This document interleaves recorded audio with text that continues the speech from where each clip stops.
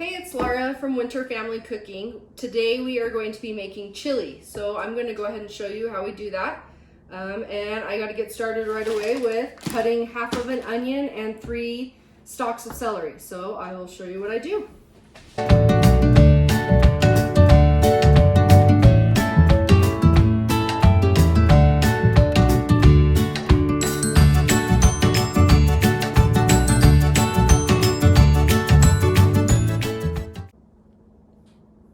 So I've got half an onion here, left over from last night's dinner, that I am also going to use for this, because, you know, let's not waste anything, especially with prices of groceries these days.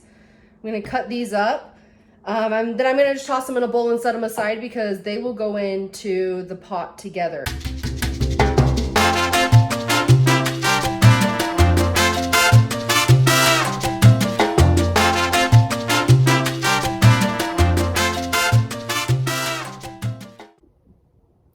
All right, so now we have the onions and the celery cut up. It's just all in this bowl. Like I said, it's going to go into the pot together.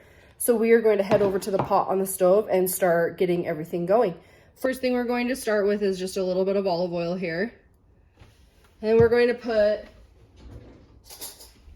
minced garlic. Now, if you have fresh garlic, that's great. I typically don't. I usually just have a nice jar of it in the fridge. We're going to start with that. You can put as much or as little as you want. I always err on the side of caution with it because I hate when it's just so garlicky. It's just, I feel like there's a limit. So we're going to get this going, get this nice and hot, and start getting it cooked down a bit. And once that's done, we will add our hamburger.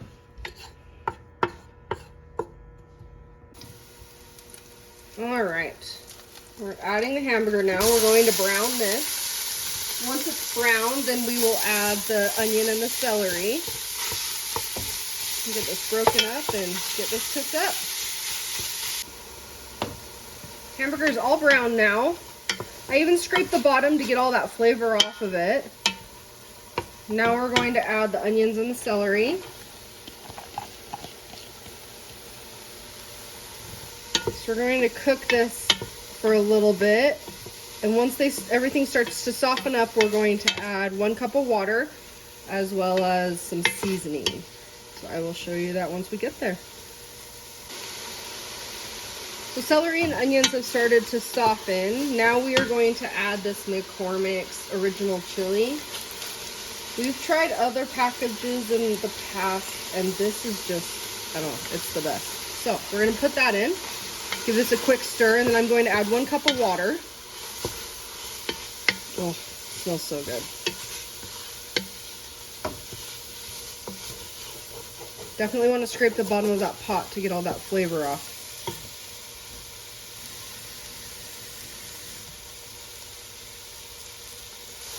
All right. 1 cup of water. Mix this around a bit.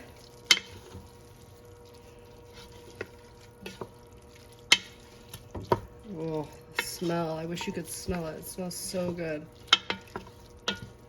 Okay, now that this is mixed together, we are going to start adding some of the cans that I have here. So first one we're going to add is, they're called ranch style beans. I have had trouble finding these at specific stores. If you go to, I went to a big Smith's, I was able to find them, but then I went to a kind of a smaller one and wasn't able to. This is what they look like though. Ranch style beans.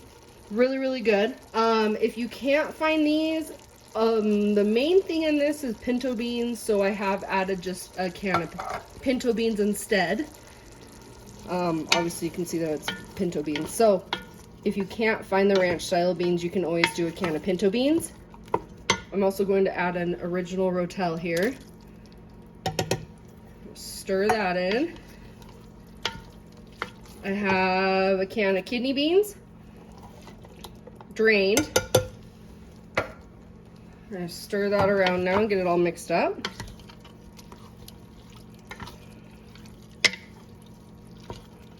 Next thing I am going to add is diced tomatoes. Just a can of diced tomatoes. I like the petite, just so you don't get the huge chunks. And then it's supposed to be 1 big can of tomato sauce or 2 little ones. And I have little ones on hand, so that is what I'm using.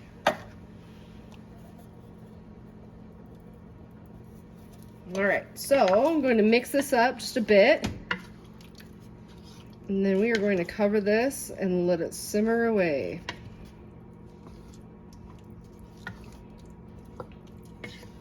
Oh, I almost forgot. We need to add some salt and pepper. Salt. And pepper. All right. Oh, yummy. All right, gonna cover this up with the lid. Set my spatula over here. And I will stir this occasionally over the next 45 minutes to an hour. And I will show you what it looks like periodically. All right, so while the chili is cooking, I wanna show you what we're having with this. We're actually just doing some rolls. They're frozen rolls. They are seriously so good. Let me show you what they are here. So this is what they are. You find them in the freezer section at your grocery store. They have all kinds of different ones. They have jumbo ones. They have just the regular rolls. They can be used for scones as well. But all you do is you pull them out like 3 to 4 hours early, throw them in a greased pan, and just cover them up and let them sit. So these have been sitting for about 4 hours, and they've risen a lot. I mean, they're teeny tiny, what they were before. And right before we eat, I'm going to throw these in. They are so tasty. They're great once they come out and you brush the top with butter. These cook for 10 to 15 minutes at 350 is all. So I just figured these would be great with chili because you can, eat it with your chili. We'll have crackers and cheese as well. But all right, so it's been 30 minutes.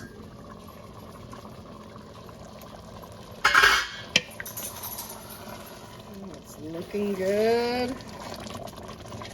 I think I may turn it down just a little bit. It smells so good though.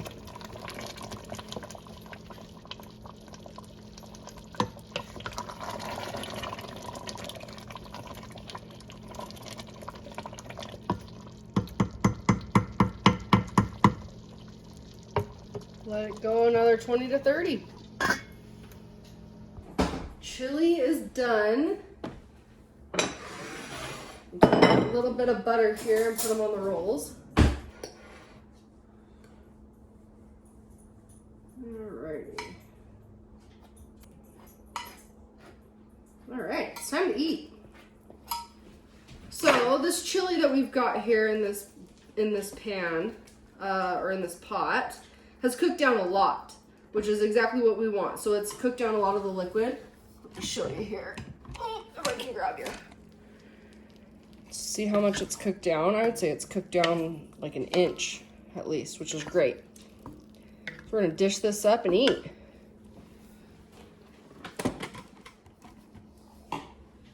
They're all crooked too. We're all crooked here,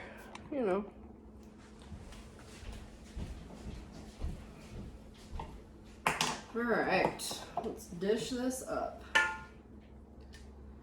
It smells so good. It's gonna taste even better.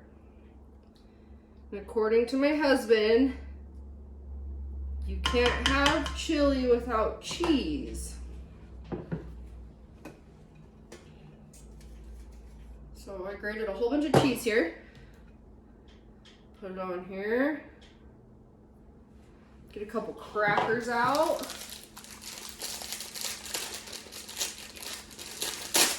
Oops. Get some crackers. Oh boy. There you go. Chili ready to eat. Well, thank you for joining me today in my kitchen. I hope you try this recipe and love it as much as we do. Like I said, chili, can't have it without cheese. I'm gonna mix this cheese in actually. Have it with the roll and enjoy dinner. Thanks for joining. Bye.